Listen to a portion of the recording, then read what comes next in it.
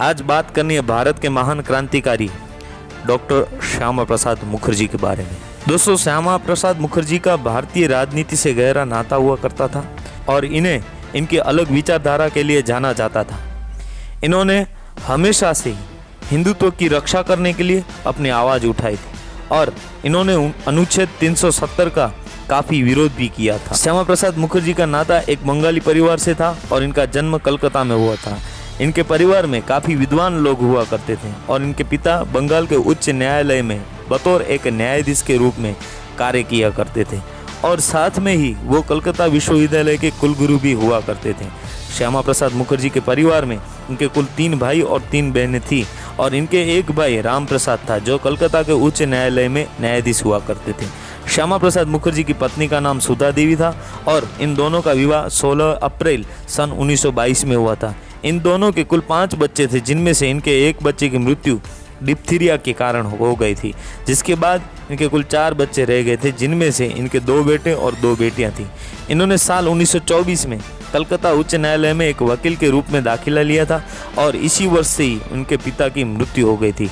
श्यामा प्रसाद मुखर्जी की पत्नी का निधन सन 1934 में गंभीर बीमारी से हो गया था, जिसके बाद इनके बच्चों की देखभाल इनकी पत्नी की बहन के द्वारा की गई थी।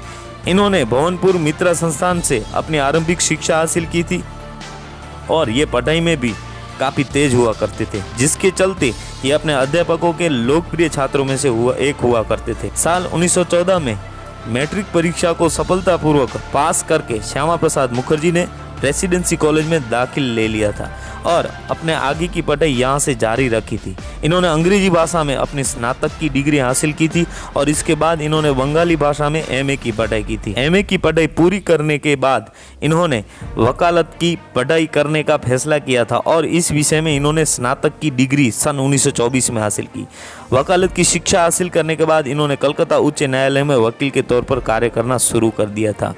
सन 1929 में इनका राजनीतिक करियर शुरू हुआ और इन्होंने इस साल बंगाल विधान परिषद में कलकत्ता विश्वविद्यालय का प्रतिनिधित्व कांग्रेस की ओर से किया था। हालांकि 1 साल बाद ही इन्होंने इस परिषद से इस्तीफा दे दिया था, लेकिन इन्हें एक स्वतंत्र उम्मीदवार के रूप में फिर से निर्वाचित किया गया था। सन 1939 में ये हिंदू महासभा से जुड़ गए थे और इसी साल इन्हें इस महासभा का कार्यवाहक अध्यक्ष बनाया गया था। भारत के स्वतंत्रता के बाद इन्हें अंतरिम केंद्र सरकार में उद्योग और आपूर्ति मंत्री बनाया था, लेकिन सरकार द्वारा लिए गए कुछ निर्णय के विरोध में इन्होंने कैबिनेट से इस्तीफा दे दिया था। कांग्रेस पार्टी से अलग होने के बाद श्यामा प्रसाद मुखर्जी ने आरएसएस से जुड़े श्री गोलवलकर गुरुजी के परामर्श के बाद 21 अक्टूबर 1951 में भारतीय जनसंघ पार्टी का गठन किया। इस पार्टी को बनाने के साथ ही ये इसके प्रथम अध्यक्ष बन गए थे और साल 1952 में इनकी पार्टी ने लोकसभा के चुनाव में भाग लिया था। इस चुनाव में इनकी पार्टी को 3 सीटों पर जीत प्राप्त हुई थी। जम्मू कश्मीर राज्य का अलग संविधान बनाने के विरुद्ध श्यामा प्रसाद मुखर्जी ने अपनी आवाज़ उठाई थी। वो इस राज्य के लिए अलग संविधान बनाने के पक्ष में नहीं थे और इसी दौरान इन्होंने इस राज्य का दौरा भी किया था। श्यामा प्रसाद मुखर्जी ने अपने जीवन की अंतिम सांसें जम्मू कश्मीर राज्य में सन 1953 में ली थी और जिस वक्त इनका निधन हुआ था उस वक्त ये इस राज्य में लेख 370 का विरोध कर रहे थे और इनको उसी समय हिरासत में ले लिया गया था। दरअसल लेख 370 के तहत इस राज्य में सरकार की अनुमति के बिना नहीं जाया जा सकता था और इस चीज़ का विरोध करने के लिए श्यामा प्रसाद मुखर्जी ने 11 मई 1953 में इस राज्य में बिना सरकार की अनुमति के प्रवेश ले लिया था, जिसके चलते इनको गिरफ्तार करके जेल में डाल दिया था। हालांकि कुछ समय बाद मुखर्जी और उनके साथ गिरफ्तार किए गए 2 लोगों को एक कॉटेज में पुलिस द्वारा रखा गया और इसी दौरान उनकी तबीयत खराब हो गई थी। वही तबीयत ज़्यादा खराब होने के बाद इन्हें 22 जून को अस्पताल में भी भर्ती करवाया गया था, जहां पर इनको हार्ट अटैक होने की बात कही गई थी और एक दिन बाद ही इनकी मौत भी हो गई थी। हालांकि कहा जाता है कि इनकी मौत की वजह कोई और ही थी। इनकी मौत रहस्यमय परिस्थितियों में हो गई थी। इनकी मृत्यु के बाद इनकी मां ने उस वक्त के प्रधानमंत्री जवाहरलाल नेहरू से इनकी मौत की जाँच करवाने को कहा था, लेकिन नेहरू जी ने इनकी मौत की जांच करवाने से मना कर दिया था। वहीं साल 2004 में अटल बिहारी वाजपेयी ने इनकी मौत को साजिश करार दिया था और कहा था कि इनकी हत्या हुई।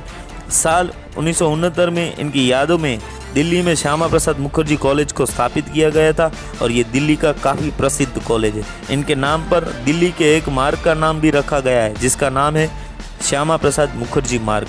इसके अलावा अहमदाबाद में, कोलकाता में भी इनके नाम पर कई मार्ग हैं। साल 2017 में मध्य प्रदेश राज्य के कोलार नगर का नाम श्यामा प्रसाद मुखर्जी नगर के रूप में बदल दिया गया था। इसके अलावा श्यामा प्रसाद मुखर्जी के नाम पर कई योजनाएं भी सरकार द्वारा चलाई गई है। मात्र 33 वर्ष की उम्र में ये कलकत्ता विश्वविद्यालय के कुलगुरु बन गए थे और इनसे पहले कोई भी व्यक्ति इस आयु में इस विद्यालय का कुलगुरु नहीं बना था। इन्होंने भारत छोड़ो आंदोलन का विरोध किया था और इस आंदोलन के विरोध में एक पत्र बंगाल के गवर्नर सर जॉन हर्बर्ट को भी लिखा था। साल 1946 में श्यामा प्रसाद मुखर्जी को भारत की संविधान सभा का सदस्य भी बनाया गया था। इन्होंने इस साल ही बंगाल के विभाजन की मांग भी लॉर्ड माउंटबेटन से की थी। जिस वक्त इनकी मृत्यु हुई थी उस वक्त इनकी मां ने कहा था कि मुझे लगता है कि मेरे बेटे की मौत का नुकसान भारत माता का नुकसान है।